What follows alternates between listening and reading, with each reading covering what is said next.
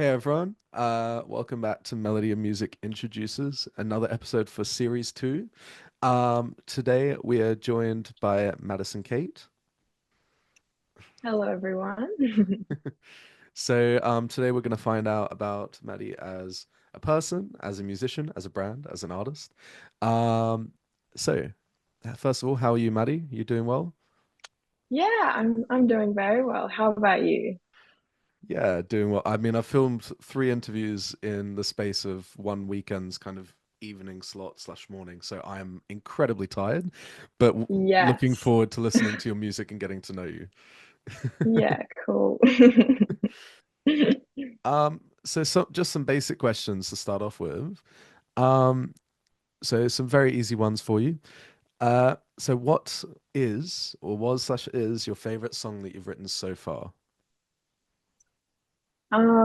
yeah, so that's a good question. I feel like I don't often think about what my favorite song is. Normally it's one I've written more recently. Um, yeah, I would have to say often my songs are quite sad, so it's interesting. But there's one I wrote recently which is about being really present, and I would say that's my favorite song at the moment because it's nice to just play. Yeah, just as a reminder to stay in the moment and in the now. And yeah, that's probably my favorite. And is that one that's out at the moment? It's not, it's not, Okay. Is that why you're unfortunately. is that why you're keeping the title close to your chest? You're not letting us know yet? Yeah, well, at the moment, it's like I've called it With the Now, but it's like a an uncertain title. But yeah. Okay. We'll Yeah. we'll we'll wait until you release it and give us the actual title. Uh, Yeah. so out of curiosity, I know you do your own performing. And I know that you also, having spoken to Jess previously, that you Mhm. perform with Jess. Um, Yeah, yeah. so what's your favorite song to perform? Is it one that you do? Is it one that you perform with other people? I think yeah, if I have a couple. There's one I really enjoy performing. It's a bit upbeat. It's a bit different to what I normally do. It's like a little bit sassy. And yeah, it has a really nice build. And I love the way it makes me feel when I play it. So that's probably my favorite. And then I've sung a couple songs with just live. Like I love singing harmonies with other people. So like anytime I Yeah. perform with others, that's their special moments for sure. Yeah. Any in particulars, or just generally the whole performing live is a great aspect for you? Yeah, it's yeah, I love performing live. And I think there's something really special about I'm a part of Jess's band as well. So and yeah, she sort of has a choir thing going on. So I think there's something really special about performing as a group and connecting in song. Yeah, it's something I do a lot of solo stuff for my own music, but I would love to get a band together. I just think, yeah, there's something really special about that, whatever song. Yeah. Oh, nice. So speaking Yeah. of performing, because of course you Mhm. do perform with Jess and you do sing and you do um so what sort of instruments do you play for yourself, for Jess? Is there a wide range? Is it a smaller number? Yeah, I don't really play that many instruments. I would say my main instrument is definitely my voice. And then I've always played the guitar, which has normally just been to accompany my voice, really, and just get the songs I want out. Yeah, I love playing guitar. I love the folky picking, and yeah, I've dabbled in piano, but definitely not that amazing at piano. Yeah. No, that's fine. It's more just to accompany yourself and get ideas down, isn't it? Yeah. Yeah, for sure. Yeah. Nice.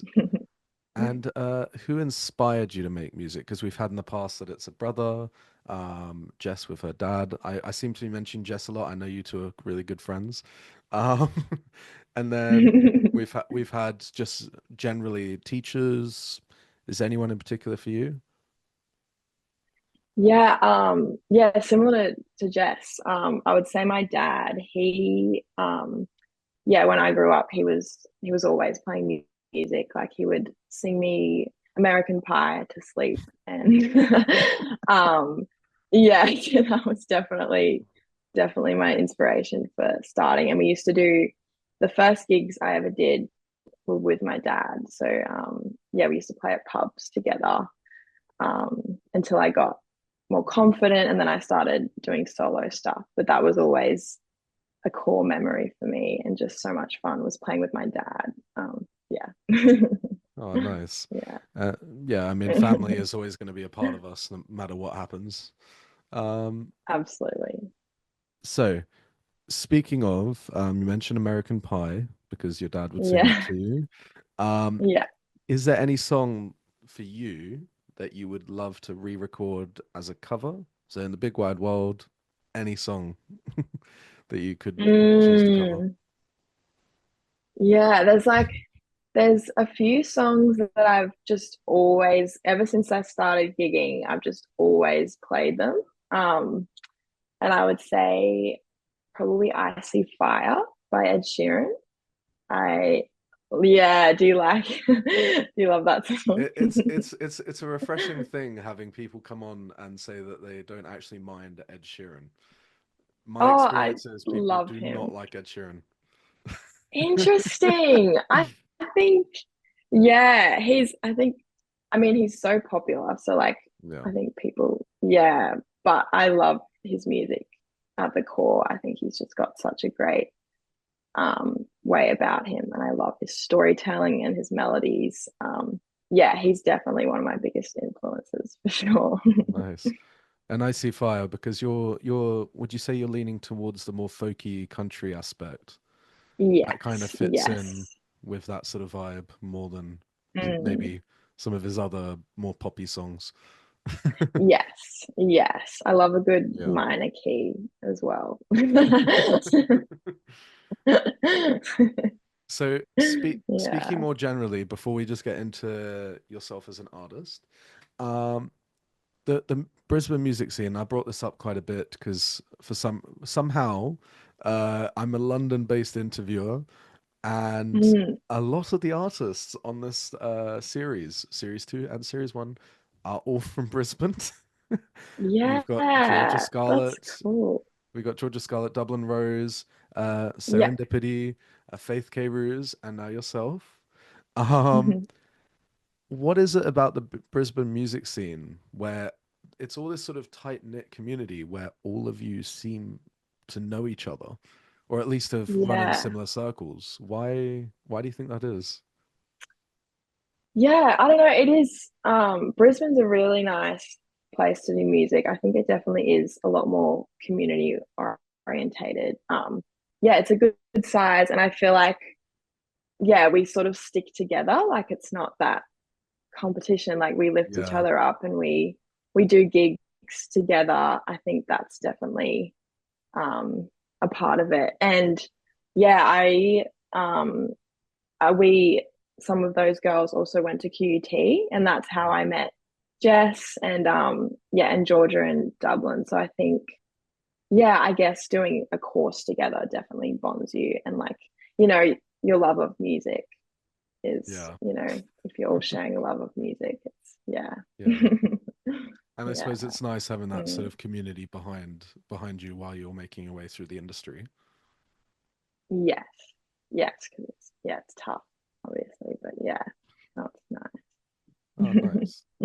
So, jumping Yeah. into you as a musician and as a brand, um, so a few things just to ask you. So, the 2TM Discovered competition that you won in 2024. Uh, Mhm. First of all, how do you get involved in that? Was there a specific like song which you were using to go through that competition? And also, um, how did it feel to get that final sort of, yes, I got there at the end. I won. People Yeah, like my yeah. music. It was pretty amazing actually. It happened, yeah, last year at the Tamworth Country Music Festival. I'd never been before, before, and I really wanted to go. And obviously, I'm in the more folky sort of country scene. And so yeah, I just looked on their website and applied for some of their competitions, and I didn't think too much about it. Like when I got the call, I was like, oh, that's right, I applied for this cool thing at Tamworth. So yeah, and then I got the call that I was one of four finalists, and yeah, I performed that song that I was telling you about earlier. That's one of my favorite songs. It's a bit sassy, it's a bit more upbeat. Yeah, so that was a really nice feeling to be doing that. And yeah, I met some really nice, cool people down there as well when I was doing that. Yeah, I feel like the Australian music scene too is just really that community Yeah. nice. Everyone just really lifts each other up. Um, yeah, so it was great to experience that, and yeah, very gratifying. And it also happened at the start of the year, so I feel like that gave me a lot of confidence and momentum after winning that. Definitely, yeah. Yeah, because of course we'll listen to them later. But you released in that one year, "Close Your Heart" Mm, and also "Only Place We Know," both of which I mean yeah, they're a little bit spread out, but they both came out that year. So that must have yeah, that winning that competition must have really boosted you to be like, you know what, my music is being recognized. yeah, yeah. That was definitely an element of it. Yeah, Oh, absolutely. nice. So Yeah. we spoke about your dad and growing up with music and the fact that you were inspired from an early age. Um, I'm hoping I say this place right. I had this with Faith in the Mm, previous episode where I was just like, please get it, please pronounce it right. yeah. Um, so can you tell us about how growing up in Umundi? Yes, Yamundi, but Umundi. very Okay. close, right? I'm gonna lose my Australian passport after a few of the Yeah, Undis. yeah. Um, but how does it feel growing up there that it shaped your musical journey? Yeah, it definitely, yeah, Yamundi's a really, I'm not sure how much you know about it. Probably. Have you been to Australia before? I'm from Sydney, so Oh, true, true. Okay, this is where I'm saying I cool. might lose my Australian passport after doing a few more of these. Yes, yes, In I my see. defense, I've I been in see. London for nearly 12 years, so I was gonna, yeah, I'm gonna play that yeah, card. cool. Yeah, you've definitely got a bit of the accent Mm, um going for sure. Yeah, yeah, well, Yamundi it's a really cool little hippie town. mm, Um and so yeah, and I played some open mics here, and it was a really nice little community, and I still know all the people I did my first open mics with. Yeah, I was like about 10, and I still, yeah, keep in contact with them in the music industry. And yeah, it was a really nice environment to grow up in for music. And I think, yeah, everyone seemed to know each other. So it was easy to get into things, I guess, mm. as I was going through school. And yeah, yeah, it was really good for me. Mm. Yeah, well, I suppose it's that thing again of a tight-knit community Yeah. where that's sort of a foundation for you in everywhere that you've kind of progressed to. Even QET, which you mentioned, meeting Mm. those other people in the music industry. Yeah. It Yeah. builds a small, tight-knit community that helps you build a foundation for you to feel uh, supported, the right word, where you feel confident to then put Yeah. your stuff out. Yes. Yes, definitely. Yeah, that's definitely it, because I don't think if I had that community or such supportive parents, I would have ever really pursued my music. It would have just stayed with my guitar in my bedroom. Yeah. No, but that's really good. And Mm, we talked about influences earlier, mm, um, where of course your dad was a massive influence on your music, in including the community as well around you when you've been building your music. Um, so you've been compared to Joni Mitchell and Mm. Andrew. Oh God, hang on, Faris. I hope I'm saying that Yes. right. Yep. Yes. um, so what about their music do you feel links with your vocal style, your songwriting, the production of your music? Is there anything in particular? Yeah, so it was yeah, so Andrew Farris was judging the 2TM competition at Tamworth, and so he sort of said that I reminded him of Joni Mitchell, which yeah, it was a just a massive compliment. At the yeah, just an incredible compliment. I love her music and her storytelling ability. I really love poetry, and I think more recently, like originally, I think the melodies of music was what sort of struck me, but more recently, it's been the lyrics and yeah, the phrasing and how everything lands. And Joni Mitchell's definitely a poet, and Yeah, so I think I've been trying to do that a lot more recently in my music, and just her like really stripped back folk style is really inspiring because yeah, I'm a soloist too, and I think it's really nice to know that a song can stand on its own, even if you're just playing solo. I think, yeah, yeah, yeah. I think because we had Samuel Ashton from mm, from England on episode yeah, 2, and he was saying, "Oh yeah, so I whenever I write music, I just it's the feeling of it. I just put in like, oh, I start with guitar, start with vocals, then I feel like, oh, I can fit some drums, and the drummer can just play with feeling. Then let's get a saxophone player in, let's get a trumpet player, let's get." yeah, I'm just like, how are you fitting in these instruments? There's too many. yeah, But he's like, no, totally, it's just the feeling. It's just the feeling. yeah, And yeah, I think that can be said as well for the solo and doing it all stripped back, like you're saying, where yeah, you is if you're feeling like it's a solid foundation and that people connect to it without layering, which is fine if you layer, yeah, but if you feel like the song can stand on its own, then yeah, why not?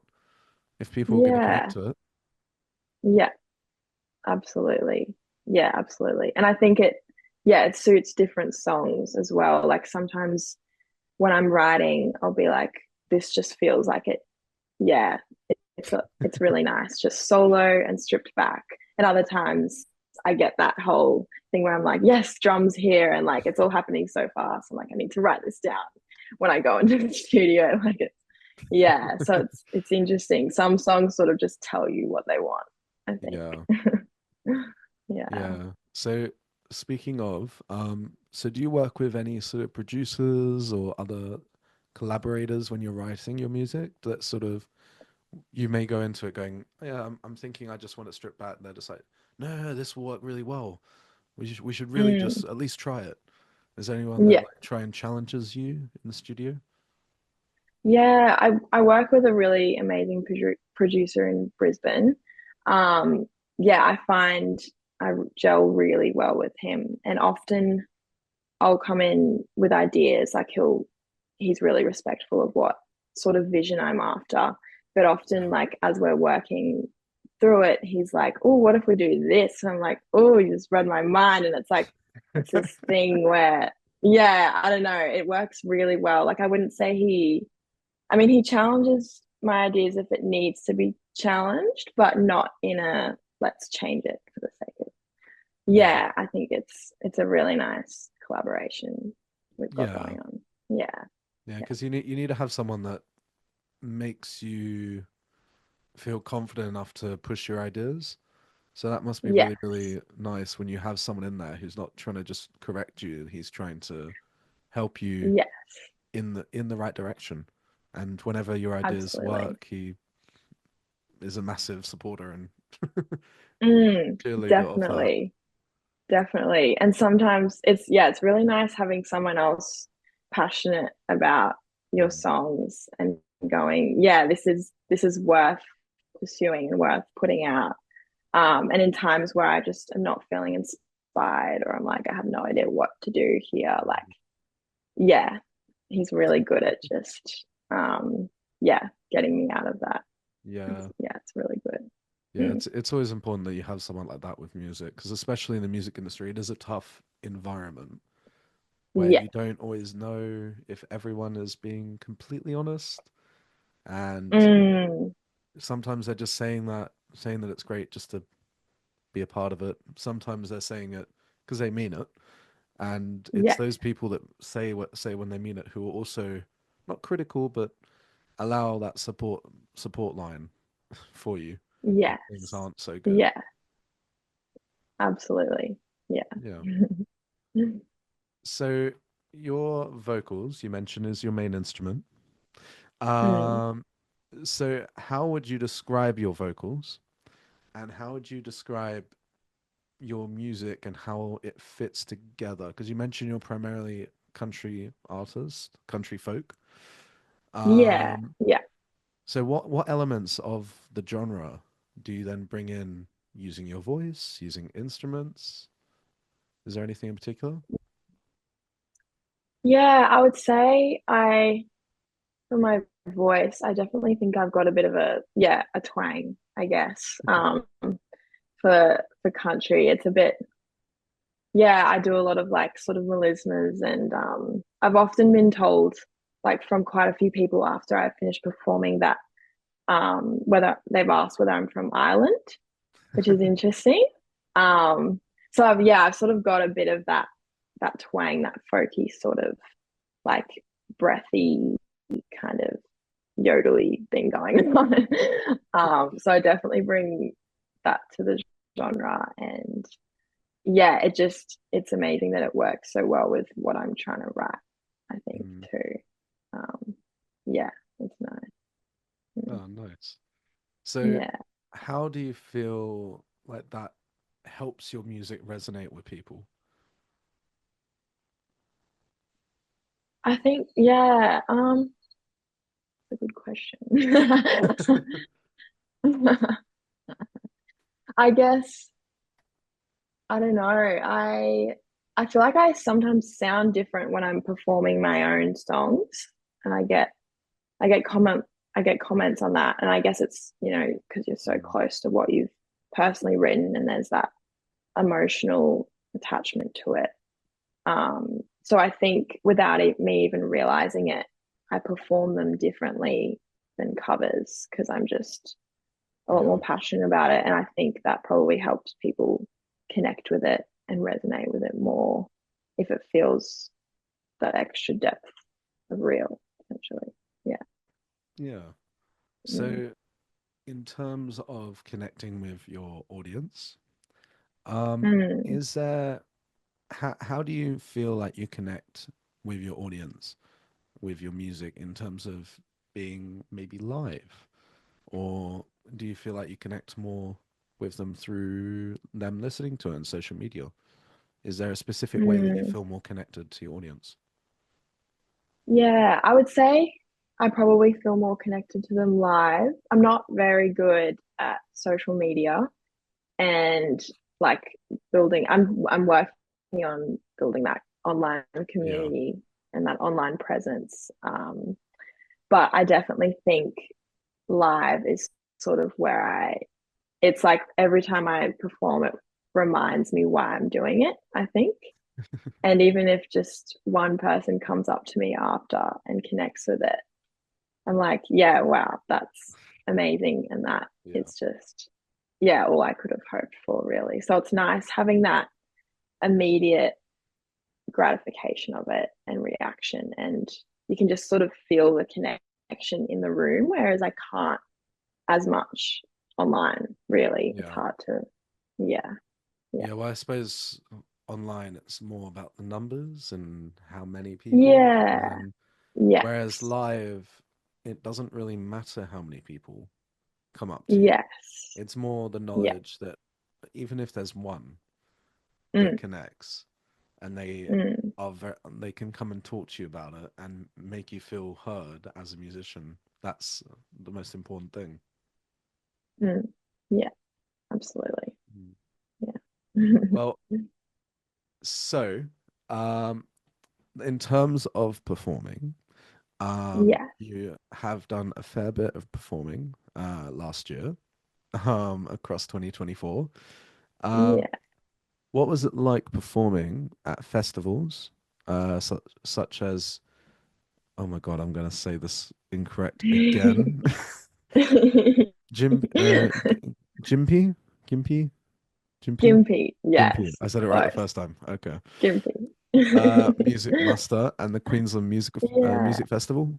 Because of course, festivals are a lot different than just playing a one-off gig or playing, Yes. um, I don't know, like an open mic night or a pub gig or uh, Yeah. inside like a small concert hall. So Mm. what was that like?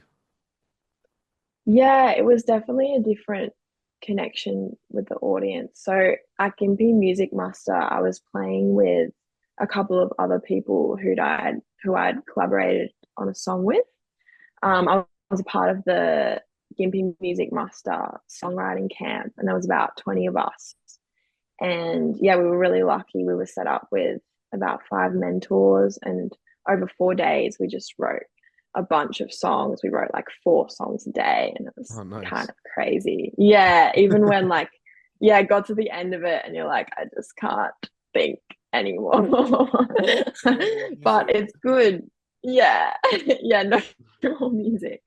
But I guess it forces you to push through that lack of Yeah. inspiration moments. So that was, yeah, that was really cool. And so I performed with a couple other people at the Gimpy Music Muster doing one of the songs we wrote together.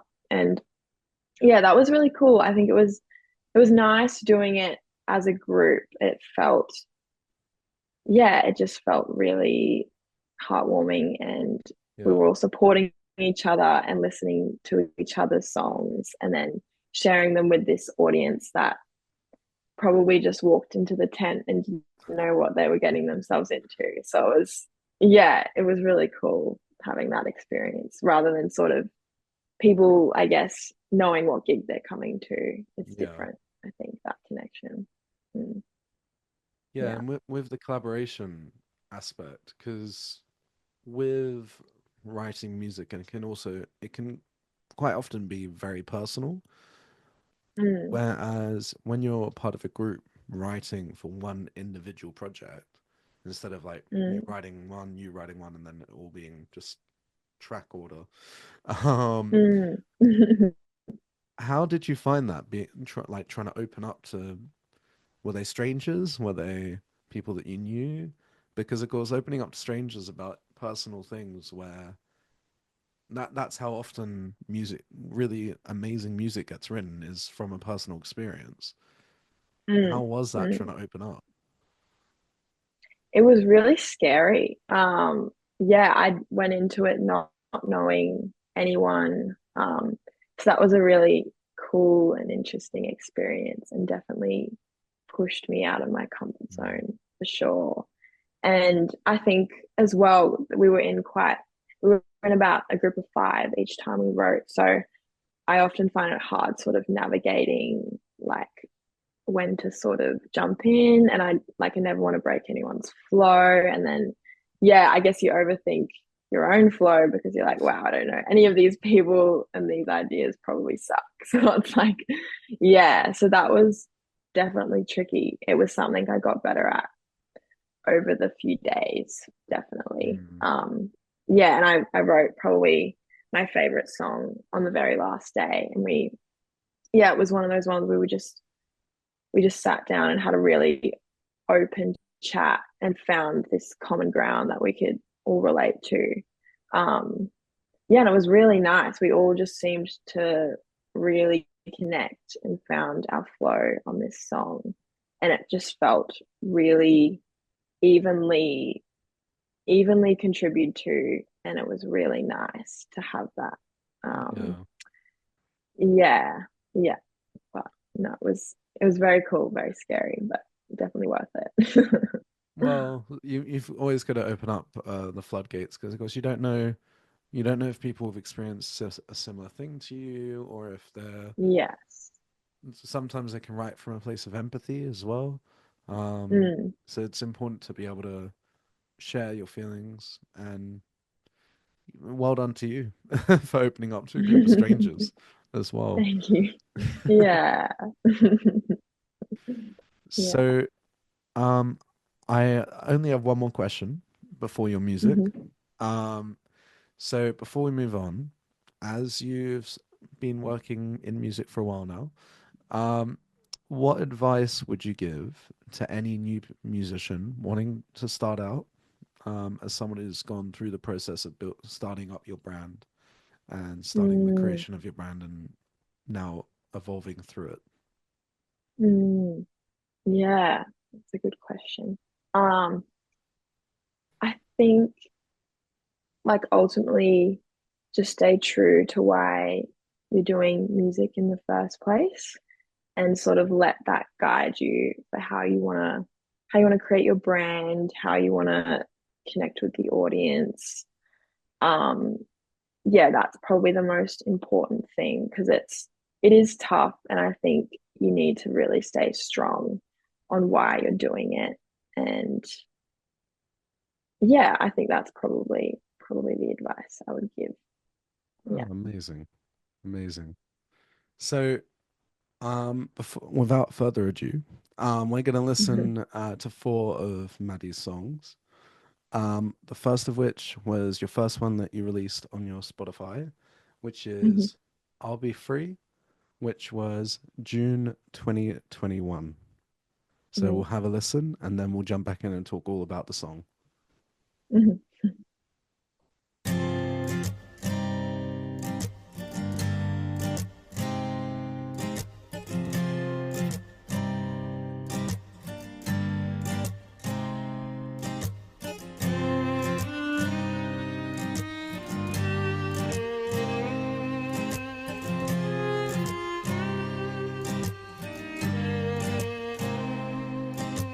All of this time, I thought you were innocent. All of these broken hearts running around. Tell me why I shouldn't go. You're breaking my spirit and my soul. Why just me? I always attract tragedy. Save your breath. It's taking all that I've got left. Ooh, you caught me under my feet and I'm moving slower than my words can save me. Choose to leave and I will wipe out memories. Just let go of me and I'll be free.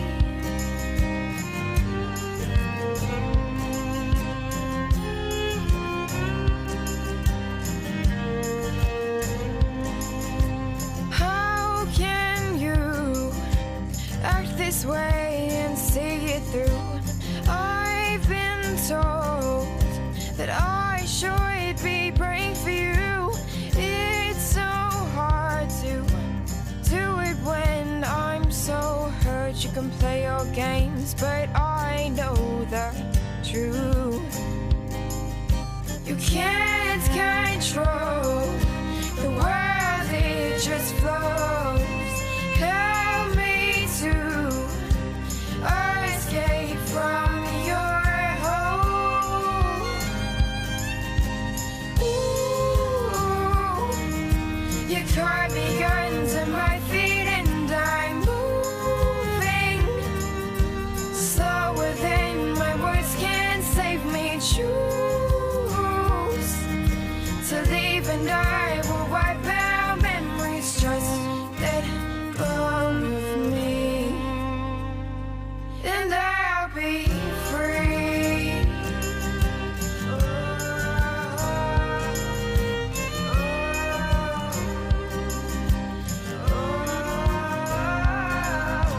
I'm the one who decides my own fate. Don't take that away. Don't take that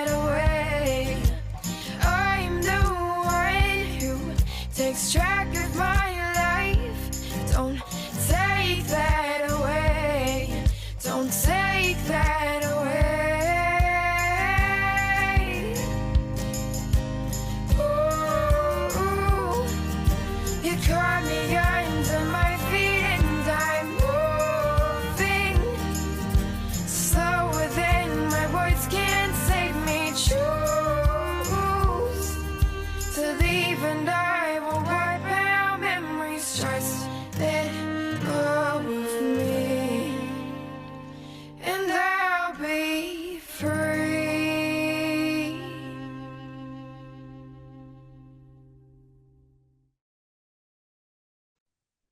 Nice. So that was I'll Be Free from 2021.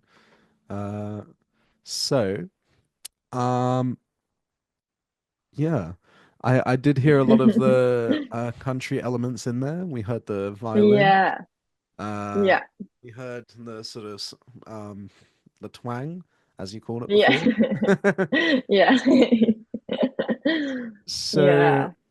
what was the original story behind I'll Be Free? Is there? Mm. Well, I wrote, it was one of the very first songs I'd ever written. Um, and yeah, I was in high school at the time. So as you could have probably heard, it was quite dramatic. Very dramatic.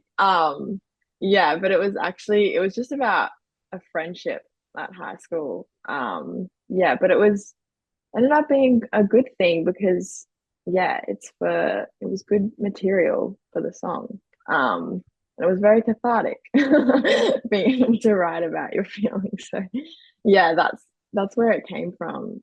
Um, yeah, and it's yeah, it was good when I finally got it out. It's always gonna mean a lot to me, that song, because it was Mm. yeah, the first one I really worked on and pushed to share with people. So yeah. Oh, nice. And Yeah. in terms of the production elements and the writing of it, um, what's what sort of pushed you? Because of course this was your first release. Mm, Um, what pushed you to decide, okay, for this release, for the start of my brand, um, I'm going to lean towards the folk countryside. I'm going to lean towards this as my brand as an artist. mm, mm. Um, I don't think I really thought of that far ahead when I was writing it. Yeah, or in the studio. I think it just sort of naturally progressed that way. And as I wrote more songs, I was like, oh, this is what I like to do. This is kind of where my style is headed, I guess. Oh, nice. So it was nice. I didn't really have to, it sort of figured itself out, I guess. Yeah. And it was interesting. It was, yeah, one of the first songs I recorded, and I had no idea what I was doing. So after I'd just recorded the vocals and the guitar, I was Mm. like, to the producer I was working with at the time, I was like, okay, you just do whatever you want with this. Like, I just, I really didn't have the knowledge or experience. And I think I was too close to the song at the time. And I'd heard it so many times that I couldn't really see it with anything else. So it was hard. But in the end, it was really nice. I got my cousin to play strings on it. She's an incredible violinist. So yeah, it was really nice to collaborate Oh, with someone I was close to in the studio. So that was really fun. Yeah. yeah. It's funny because you mentioned family, you mentioned your first time being in the studio writing on it, and you just sort of handing it off because you're Yeah. maybe not done with it, but you have worked enough on it that Yeah. you wanted someone else to take the reins at that point. Because Yeah. for first series, I don't know whether you heard the interview with Danny, but he works primarily with his brothers, two brothers, Hmm. and Cool. he by the end of every single song, when the final production is put through and the final mix and master comes through, he doesn't want to have anything to do with the song anymore. He's just like, next project. Yeah, I don't want right. to don't want to do any promotion. I've done the Yeah. writing, done the production, done everything. I don't want any more. Yeah. Next thing. Yeah. Yeah. That's so fair. I feel like it gets to that stage where you've just spent so much time with this one thing, and it's like, okay, gotta, yeah, once you get it out, it's like, okay, it's behind me.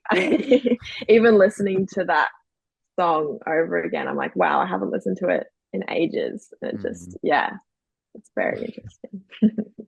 Yeah, it's a weird thing with artists coming on the Introducer series where they don't. Quite a few of the times, artists are just like, "Yeah, I don't listen back to my music." Mm, Um, mm. to be honest, I get it as an artist. I don't like hearing my own voice over and over and Yeah, over again, or yeah, my own writing as well. Um, so I do me get it, too. but at the same time, it is interesting the different reactions which I get from artists because, of course, it all comes from different places, and Mm, nothing comes all. It's all an emotional place to an extent for every artist, but it doesn't. Every emotional experience is different for everyone. mm, So you were mm. saying that this one was about a friendship in high school, um, Yes. which, as you said, may have been a bit dramatic because it was high school, but but that experience at that time was crucial for you. Yes, yes. Yeah, that's a really good way of putting it. And I think it's definitely like that. Like, I don't necessarily relate to it that Mm. much anymore, but at the time, it had such a huge emotional impact on me. And yeah, it was a really core thing. And so, yeah, I guess maybe that's part of not necessarily listening back to the songs too. It's like you've sort of moved on from the experience. Yeah. Yeah. Mm. Well, speaking of, so we move from being free, with I'll Be Hmm. Free in June 2021, to now apparently running away. Yeah. um, um, which Yep. is Maddie's next song we're listening to, which is Runaway, which was released on November 2022. So there we go. We'll have a listen to Mhm. Runaway. I can't hide in the light, I can't seek in the night, I can't run if I've got nowhere to go from here. Black and white's all I ever see, all the colors streaming past me. Oh, oh, see that flash running right past, flying high and through the sky. Oh, oh, what if I just go and run from here? I can't hide in the light, I can't seek in the night, I can't run if I've got nowhere to go from here. I can't stay if I'm gone, I can't go if I'm drawn, I can't run if I've got nowhere to go from here. All my life, colorless is me, breaking tears and going through streams of oh, taking risks, shouting in the dark, finding it hard to be loved up.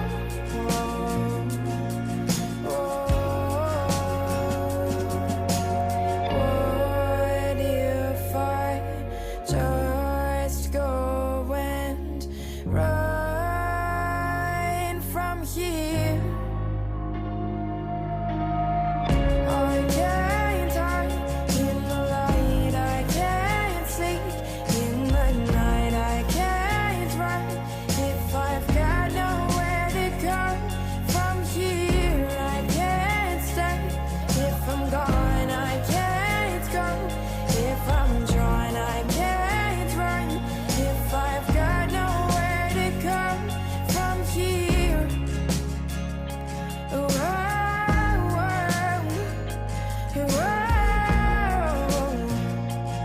Oh, you can run, run, tell me where to run. You can stay, stay, tell me where to stay. You can go, go, tell me where to go and do.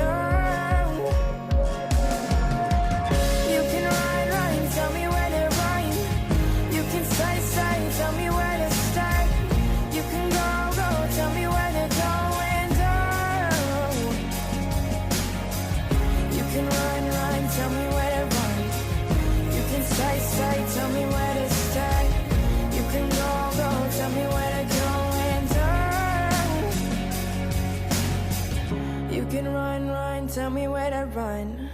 You can stay, tell me where to start.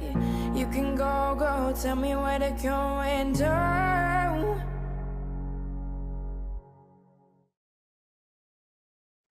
So that was Runaway. Uh, so there's two things which come to mind when I was listening to that, which Mm, was the first one, you managed to keep up a fast-paced song when a lot of, especially at the beginning, your vocals are very mm, legato and very drawn out, and it has mm, this nice sort of um, contradiction between each other where the guitars and the rest of the music are quite fast-paced, but your vocals are keeping a bit drawn back until you then build mm. up towards the end of the song. Um, is that is that more your vocal style, or is that you putting some thought into it? Yeah, I would say that's definitely more my vocal style. I definitely love the more long held notes and just like melodies where I can play with it and it can sort of be different every time I sing it slightly. I think that's yeah, definitely my writing style. I was quite young when I wrote that as well. So I definitely didn't put too much thought into like how it came together. And I also don't really remember what it's about. It was an interesting one. It sort of came to me. Um, yeah, and it was yeah, because I didn't want to run away, but like I was a happy child. I was a Yeah, happy child. for sure. Yeah, I know. A lot of people, my parents said a lot of people would be like, "Is she okay?" Well, I do actually have a question because the second thing which came to mind when I was listening to that, is there a specific Mm. Taylor Swift song that you may have been listening to? Yes, it was definitely inspired by Taylor Swift. Um, Kind of now that I'm listening back to it, it feels like Out of the Woods, Yeah, maybe. Yeah. that was the Out of one the that, Woods. Yeah. Yeah. especially that end part, because it was like da da da stay, the double stay, the double go, the double run Yes. away was a Yes. very, it sounded very similar in terms of the Yeah. progression of the song to Out of the Woods. Um, Mm. was that a heavy influence, do you think, at the time, or absolutely no clue? I don't know. I seriously, I definitely like looking back at it, I definitely know Taylor Swift influenced it, and I Mm. listened to her a lot in my like when I was writing my earlier stuff. But I don't even know if that I could be completely wrong. I don't want to like, but I don't even know if that song was out when I wrote this. So it's interesting. It could have been though, because it sounds very similar. It could have been. Um, Why don't we have a look? When did you write Runaway? I wrote it when I was 11, which was I'm, I'm almost 22, so that was yeah, like 10 years ago. So it's an interesting one. Well, apparently Out of the Woods was released in October 14th, 2014. Okay, interesting. So, oh, okay, that actually makes a lot of sense. That was the And year. this was, okay. Yeah, I'm trying to work out That's the 10 maths in years my ago. head. Yeah. Yeah. Okay, it could So, have very well lined up with that for sure. so, but I mean, Taylor Swift in terms of country music and stuff, Yeah.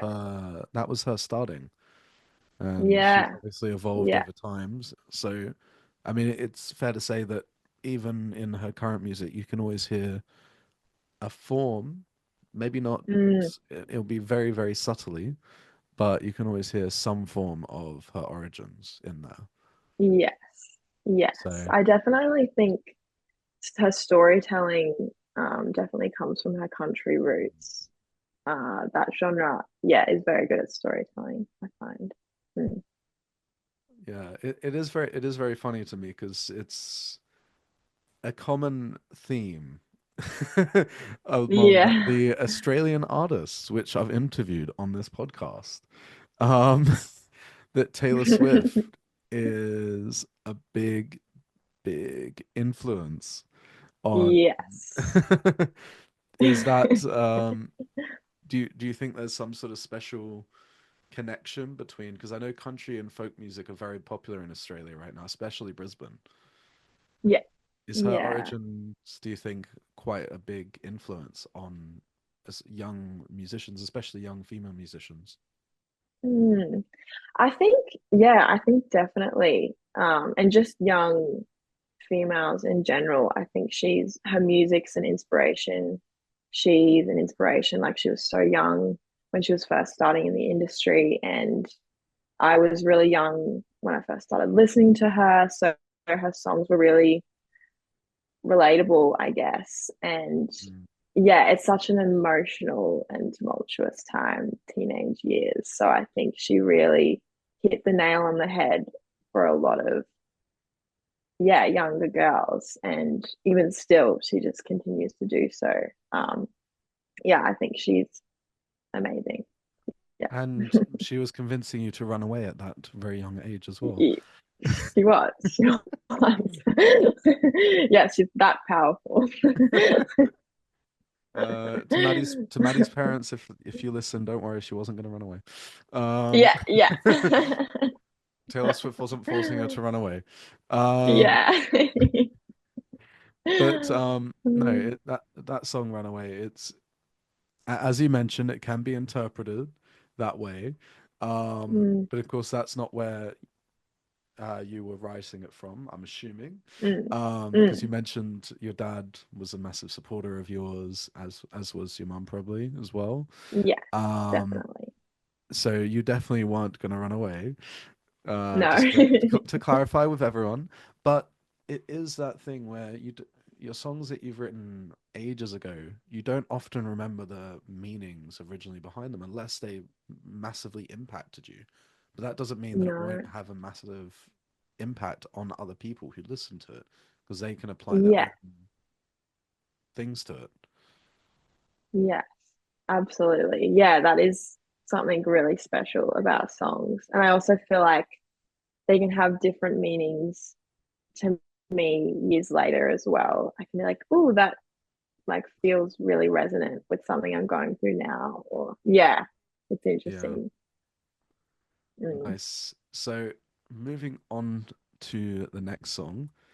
While you were talking, I was Mhm. trying to come up with another like tangent like I did with the last one, but I can't seem to come up with it for Close Your Heart.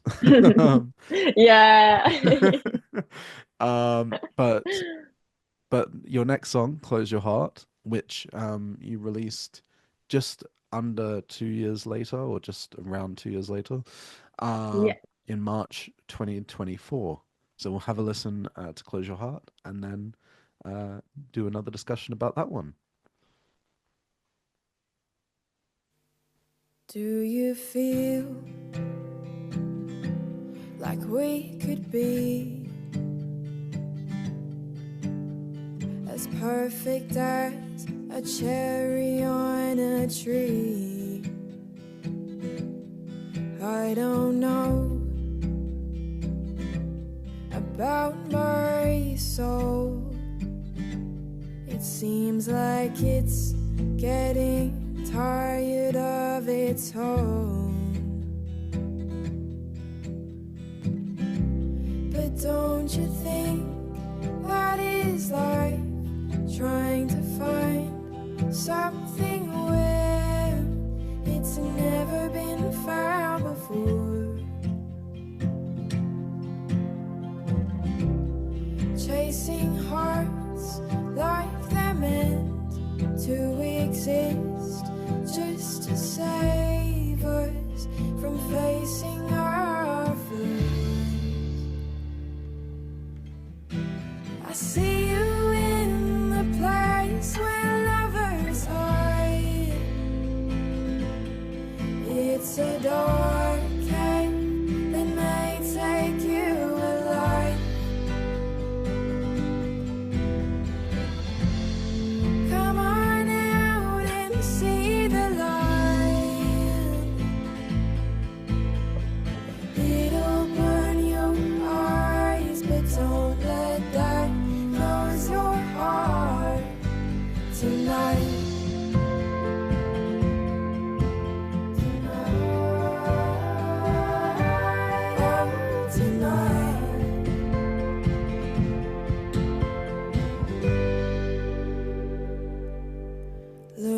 look up and see it free. Appear in the stars as happy. Or are we shooting too far ahead? That by the time we land, we're in another bed. Can you tell me why I see you in the place where lovers hide? It's a dark cave that may take you alive. Come on out and see the light. It'll burn your eyes, but don't let that close your heart tonight. 'Cause I don't know you anymore. I seem to have locked myself out of your door. But now I think I know why. That key has been impossible to find. I see you in the place where lovers hide. It's a dark cave that may take you alive.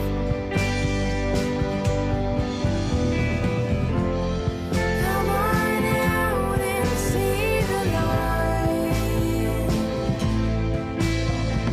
It'll burn your eyes, but don't let that close your heart tonight. So that was Close Your Heart. Um, yeah. I I mean just while we were listening to that, I had a look at the album covers. Mm, Just because I'm always intrigued just to see the artwork that musicians put with their music.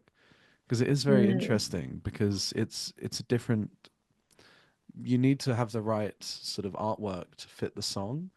And I'm looking at yeah. it and like Close Your Heart and the next one we're going to look at sort of have this sort of blurred illusion on the artwork. And Mm, then I'll Be Free and Run Away have this sort of kind of freedom behind it, funnily enough, with the sort of yeah. with the nature aspect, with the sky, with the meadow, with the is this kind of like planned out based on the song in advance? Yeah, I would definitely for my recent two, I had really clear visions for what I wanted the album art to be like. And it was really fun sort of coming up with a concept um for it. And yeah, I really wanted it to just like speak to what I was trying to say in the song. But I think the blurriness of it, yeah, it was sort of like for these two songs, they felt really, I don't know, I guess they were both, I mean, all my songs are very emotional because Yeah. that just seems to, yeah, I just like writing about sad things, apparently. But yeah, I think that was intentional. And I guess the blurriness of it is kind of like the meaning, I guess, is a little bit unclear and everyone can interpret it Yeah. as they want to. Was sort of where my head was at. Yeah. Okay. And in terms of your interpretation of Close Your Mm, Heart, mm. first of all, why the title Close Your Heart, and also where did this song come from? What was the original um situation, I suppose, that happened, or the Yeah. feelings that occurred? Mm. It's an interesting one. I wouldn't say it directly related to anything I was going through at the time. Um, yeah, I remember being at my mom's house in Yamundi, and I was just like, we were about to have dinner, and I was like, I actually need to go downstairs and write a song. I'll be back. And for some reason, it just needed to come out. And like, it was one of the quickest songs I'd ever wrote, like the first draft. And then I went back and revised it a lot. But yeah, the core idea behind it, I guess, was sort of when you're like coming out of a relationship and you've been hurt from being super vulnerable, and it's this fear of like, will I ever be open to love again? And Mm. it's basically just that whole don't let your past experiences close your heart to anything new. That was the crux of it. Yeah. Yeah. I, Mm. yeah, I mean, relationships are that kind of thing where Mm. don't want to immediately shut yourself off. Although, and I'm sure many people have gone through situations which definitely end up breaking your heart a little bit. But Yeah. gotta just stay positive. Gotta you mourn it when it happens. I suppose Mm. is the best way because it's Mm. a type of grief, heartbreak. Mourn it, then Absolutely. try and keep yourself open minded. Um, Yeah. and yeah, and if you ever need any sort of music, that to get you through that time, listen to Close Your Heart. um, Yes, thank you. yeah, I mean it's that kind of situation where it makes anyone feel distant. Um, Mm. and it's not worth pushing people away. Mm. Which you ran away from your mum when you were having dinner. Yeah. um, I'm sure your mum felt the distance there at that Yeah. point in time. Why aren't you Yeah. staying to help with clearing the table? Yeah. Yeah. I But couldn't disrupt the flow. no, but this is Mm. why you've got amazing music that comes out. Um, so anyone wanting to listen, definitely go give Close Your Heart another listen. Actually, on Maddie's side, and yeah. Before we finish up, we've got one more song to go through. And before we do, Maddie, bear with me. I'm just plugging something, and then we'll move on to the next song. So, as all of you have probably heard so many times in the past few episodes, Melody and Music created a magazine called Melody and Music Presents, and this is the 2024 edition. Um, and in here, you can see all of the various artists. Maddie, you might recognize some names of being Serendipity, Dublin, Georgia, all being in here. Either song reviews or the introducers with a little extract, or being in the top 50 of the Melody of Music top 50 of 2024 list. Um, if you're at all interested, there's a digital copy on the Melody of Music website, or there's a physical copy which you can buy, which I will ship to you. Um, and of course, before we move on, the interview that we're doing right now, and any future songs that Maddie might be releasing this year for a song review, will be featured in the 2025 edition. So definitely that will be at the Oh. end of the year though. So you'll have to wait until the end of 2025. Um, but yeah, so definitely go check out the website for the 2024 edition in preparation of waiting till December 2025. That sounds really awesome. I'll be doing that. And on that note, we now have Maddie's final song that we're listening to, which is called Only Place We Know, which was released in June 2024.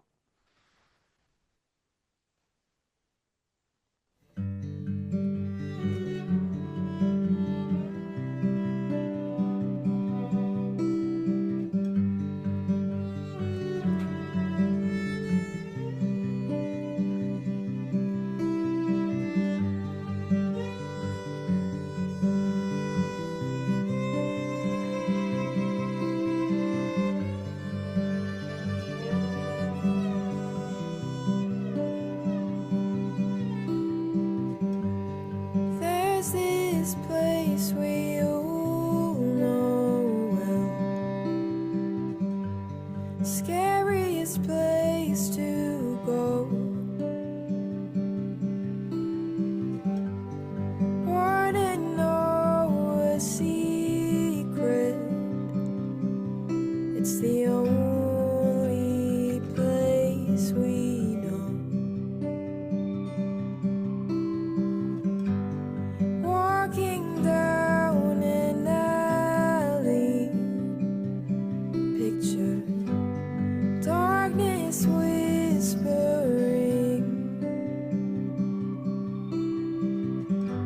Still not as troubling as the only place we know.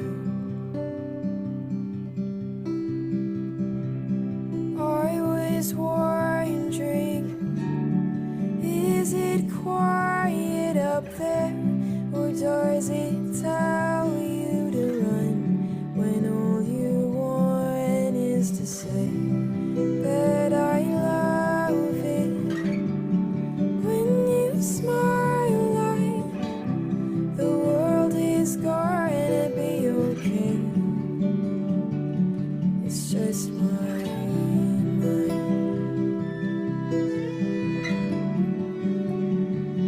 It's just our mind.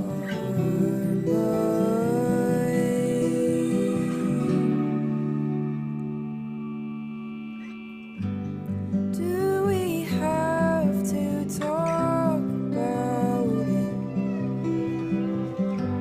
I already get enough shit from you nowhere. It's always giving me reasons to despair, but it's the only place we know. And I think it's time we look below. So I was wondering, is it quiet up there now that you found yourself way beneath this flesh of ours? Because I don't think we belong here at all, just scraping by all the while, wondering why our hearts were lost. I have a memory of the place we all long to return to, but don't recall. So I'll do it through a song and sing I love it. When you smile like the world is gonna be okay,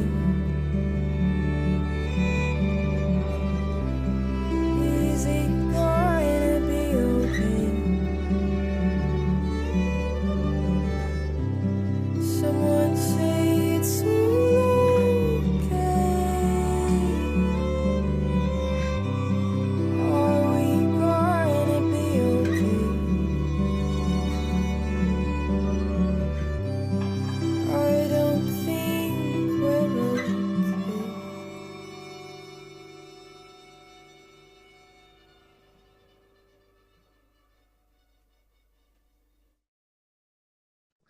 So that was Only Place We Know. Um, so just I picked up on two things in there. Mm. One, which was the violin. Um, while you were singing the melodies, we then had the violin sort of doing a polyphonic situation with, or like a counter melody type situation where it was doing a Mm. different melody over the top, which had this sort of Mm. nice atmosphere to it. So who was playing violin? Yeah, well, that was my cousin again, which was really special. Yeah, so I was lucky enough to get her into the studio. She doesn't live in Brisbane, so yeah, it was just happened to line up when she was down here. And yeah, we didn't really plan. She's pretty incredible. She can, like, she hadn't really heard the song too much before going into the studio. And yeah, she listened to it a couple times and did a few takes and just brought such an incredible magic to the song. And I remember, yeah, that day was a really, really special day. Me and my producer were like, oh my God. Like it was just hearing it for the first time. We were on the floor. It was like incredible, just like what she brought to it. Um, yeah, more than I could have hoped for. And yeah, I feel like she just really got in touch with, yeah, with the energy of the song. Yeah, so it was really great to have her. Yeah. Because I mean that mixed with your amazing vocals and also the sort of the acoustic guitar, because that sort of push pull element where there was a song which I had in my head, now I've forgotten the name of the song. Mm. What's that Lewis Capaldi one? Someone you Oh, love. someone you loved? That's Or, it, yeah. yeah. Which has that push and pull with I think it's the piano in the song. Yeah. And Yeah. it has that push and pull element with the guitar in this one.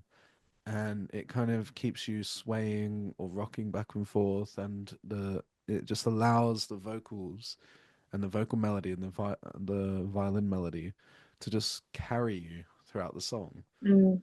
which Mm. I just found it. I think the best word to use is peaceful.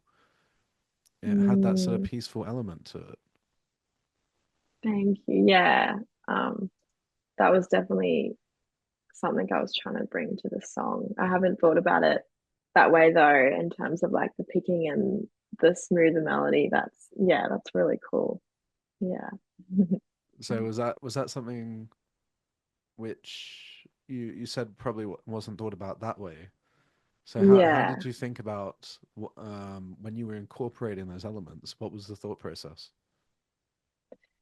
Well, it just it began, yeah, just with the guitar and my vocals. And I was just, yeah, I was just having a play around and the picking just sort of really fit with that melody, I guess. And so unconsciously it, yeah, I guess it did exactly what you said. And it, it yeah, it melded really nicely and progressed as the song sort of built. Like sometimes I start with picking and then end with strumming, but I just Mhm. felt I wanted this very, yeah, atmospheric kind of feeling. And yeah, just having the picking and vocals did that really nicely.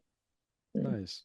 So in terms of the story, because of course Mm. we've covered that you love your storytelling. Um, Mm. so whereabouts did this story come from? Yeah, this is yeah, I was having like a bit of a breakdown and I was just my mind was spiraling and just making a situation so much worse than it needed to be. Yeah. And I was like, wow, this is sort of the scariest place to be in is your mind. Mhm. And we all obviously have a mind and we're all get stuck in it sometimes. And so I was like, I want to write a song about this and just be a comfort to myself and hopefully be a comfort to anyone going through something similar. Um, yeah, and I had a lot of, yeah, just realizations writing it where just understanding how powerful our mind is at convincing us of narratives that just aren't true. So yeah, that was sort of where this song came from. Mm. Oh. Yeah, I mean, everyone has that sort of self-doubt spiral at some point. Sometimes more than once, Yes, sometimes yeah, only once, but it does happen at least yeah, once in everyone's lifetime. And mm, considering that was the story and that was the starting point of the song, the fact that you managed to write this sort of peaceful song, although you had different melodies, which is probably maybe signifies the spiral a little bit because there's not one mm, melody, just a there's like a grounding, there's multiple thought processes probably across it, mm, which maybe it wasn't mm, that wasn't the thought process behind that, but the fact that it has that peaceful element sort of allows the song to sort of eventually show that it um has like a finale, and it has that Mm, right. It is fine at the end. We've gotten to the end of the mm, song. It is fine. We're fine. yeah. Yes, yes, definitely. Yeah, it is interesting that it sort of ended up peaceful because I wasn't in a peaceful place when I was Mm, writing it. Um, so yeah, no, I like that it's has that element and can be something like that for other people when they're listening to it. yeah. Yeah. Well, Mm. if anyone's ever in that same headspace, listen to this song because by the end of it, you will be at peace with your thoughts. You won't be rummaging around your head trying to figure out a spiral. Yeah. Yes. Yeah. um, oh, amazing. Yeah. So, if you could take away one thing from listening back to all of your songs, Mm. what what would you take away from where you started to where you're now? Is there anything which you've picked out that resonates now as something which you may not have thought of before joining this interview? Yeah. I think, yeah, that's interesting because I've never actually listened to my songs consecutively like that either. It's an interesting experience and it's nice to see how much I've grown, I think. Mm, Um, and all of the songs, yeah, hold their own purpose and they can be, yeah, whatever they are, but it's nice to sort of see where I've gone over the years and where I'm headed, I guess. Um, yeah, I guess the one thing that's similar is that emotional sort of element to it. I feel like, yeah, I often write about mental health things. And so I like to sort of write things that can be like a comfort or, yeah, a relatability in yeah. some way to other people. So I think that's probably what I've noticed. Yeah. Yeah. Yeah. Nice. Mm. So before we end, just to recap all the previous series. So we've of course got series one, which you haven't listened to any of the 10 artists. I'm not going to ramble through their names because it's a long list. I know it's only 10 names, but it's still long. But to highlight the artists in series two, if you haven't already, have a listen to Matthew Gokon. If you don't like the sort of punky aspect of him, you can listen to the soulful Samuel Ashton. If you don't want to listen to soul punk, you can listen to the first of the three folk artists from Australia, which is Jess or Serendipity, Maddie's friend. Um, or if you don't want to go through that, you can go through with Faith K. Ruse. Or if that's not enough folk for you, we of course now have Maddison Kate with her four amazing songs. Um, I think that's all the folk artists I've got for series two. Um, there's three in a row for you, so hopefully that's more than enough for everyone. Because they're three amazing folk artists, and yeah, and of course they're all from Australia. So if you're ever in Australia, do try and catch one of their gigs. If you're not in Australia, too bad, I guess. um, try and go to Australia and to Brisbane. Um, Yeah. and yeah, so Maddie, where can people find you?